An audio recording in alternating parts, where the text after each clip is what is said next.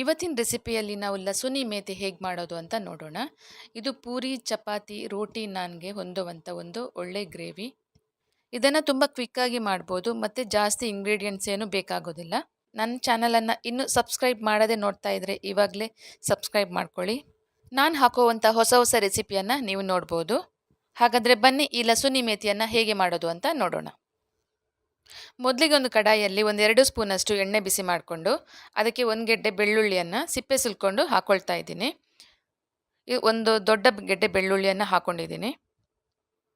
ಇದನ್ನು ಒಂದು ಸ್ವಲ್ಪ ಫ್ರೈ ಮಾಡ್ಕೋಬೇಕು. ಇದು ಫ್ರೈ ಆಗ್ತಾ ಇದ್ದಾಗೆ 1 ಕಟ್ಟು ಮೆಂತ್ಯ ಸೊಪ್ಪನ್ನು ಚೆನ್ನಾಗಿ ತೊಳೆದು ಕಟ್ ಮಾಡಿಕೊಂಡು ಹಾಕ್ಕೊಳ್ತಾ ಇದ್ದೀನಿ. ಇದು ಕೂಡ ಎಣ್ಣೆಯಲ್ಲಿ ಸ್ವಲ್ಪ ಹೊತ್ತು ಬಾಡಿಸ್ಕೋಬೇಕು. ಒಂದು ಸ್ವಲ್ಪ ಹೊತ್ತು ಚೆನ್ನಾಗಿ ಫ್ರೈ ಆದ ನಂತರ ಒಂದು ಬಟ್ಲಿಗೆ ಇದನ್ನು ತೆಗೆದಿಟ್ಕೋಬೇಕು. ಇವಾಗ ಒಂದು ಮಿಕ್ಸಿ ಜಾರಿಗೆ ಒಂದು 3 ಸ್ಪೂನಷ್ಟು ಹುರಿದಿರುವಂಥ ಕಡಲೆ ಬೀಜನ ಹಾಕ್ಕೊಳ್ತಾ ಇದ್ದೀನಿ. ಹಾಗೆ ಒಂದು 3 ಸ್ಪೂನಷ್ಟು ಬಿಳಿ ಎಳ್ಳನ್ನು ಹುರ್ಕೊಂಡು ಹಾಕ್ಕೊಳ್ತಾ ಇದ್ದೀನಿ.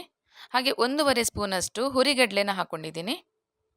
ಇವಾಗ ಇದಕ್ಕೆ ಒಂದು ಸ್ವಲ್ಪ ನೀರು ಹಾಕ್ಕೊಂಡು ಇದನ್ನು ನುಣ್ಣಗೆ ಪೇಸ್ಟ್ ಮಾಡ್ಕೋಬೇಕು. ನೋಡಿ, ಈ ಥರ ನುಣ್ಣಗೆ ಪೇಸ್ಟ್ ಆಗಬೇಕು ಇದು. ಇವಾಗೊಂದು ಬಾಣಲೆಗೆ 1 ಸ್ಪೂನಷ್ಟು ಎಣ್ಣೆ ಹಾಕ್ಕೋಬೇಕು. ಅದಕ್ಕೆ ಜಜ್ಜಿದಂಥ ಸ್ವಲ್ಪ ಬೆಳ್ಳುಳ್ಳಿಯನ್ನು ಹಾಕ್ಕೋಬೇಕು. ಇದನ್ನು ಒಂದು ಸ್ವಲ್ಪ ಫ್ರೈ ಮಾಡ್ಕೋಬೇಕು.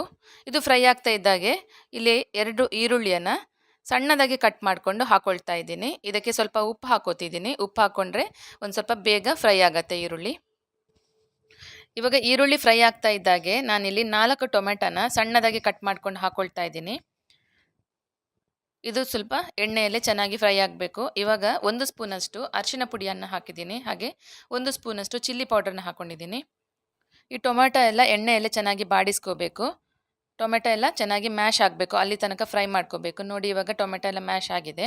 ಇವಾಗ ನಾವು ರುಬ್ಬಿಟ್ಟಂತಹ ಪೇಸ್ಟನ್ನು ಇದಕ್ಕೆ ಹಾಕ್ಕೊಳ್ಬೇಕು. ಇವಾಗ ಇದಕ್ಕೆ ನೀರು ಹಾಕ್ಕೊಂಡು ಗ್ರೇವಿಯನ್ನು ಹದ ಮಾಡ್ಕೋಬೇಕು.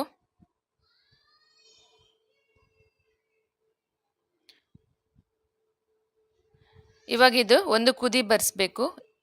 ಇವಾಗ ಒಂದು ಕುದಿ ಬಂದ ನಂತರ ಇದಕ್ಕೆ ಸ್ವಲ್ಪ ಗರಂ ಮಸಾಲನ ಹಾಕೋಬೇಕು. 1 ಸ್ಪೂನಷ್ಟು ಗರಂ ಮಸಾಲನ ಹಾಕ್ಕೊಂಡಿದ್ದೀನಿ. ಇದೊಂದು ಸ್ವಲ್ಪ ಕುದೀತಾ ಇದ್ದಾಗೆ ನಾವು ಫ್ರೈ ಮಾಡಿ ಇಟ್ಕೊಂಡಂತಹ ಬೆಳ್ಳುಳ್ಳಿ ಮತ್ತು ಮೆಂತ್ಯ ಸೊಪ್ಪನ್ನು ಹಾಕೋಬೇಕು. ಕೊನೆಯದಾಗಿ ಇದೊಂದು ಕುದಿ ಬರಬೇಕು. ಉಪ್ಪೆಲ್ಲ ಸರಿ ಇದೆಯಾ ಅಂತ ಒಂದು ಸಲ ಚೆಕ್ ಮಾಡ್ಕೋಬೇಕು.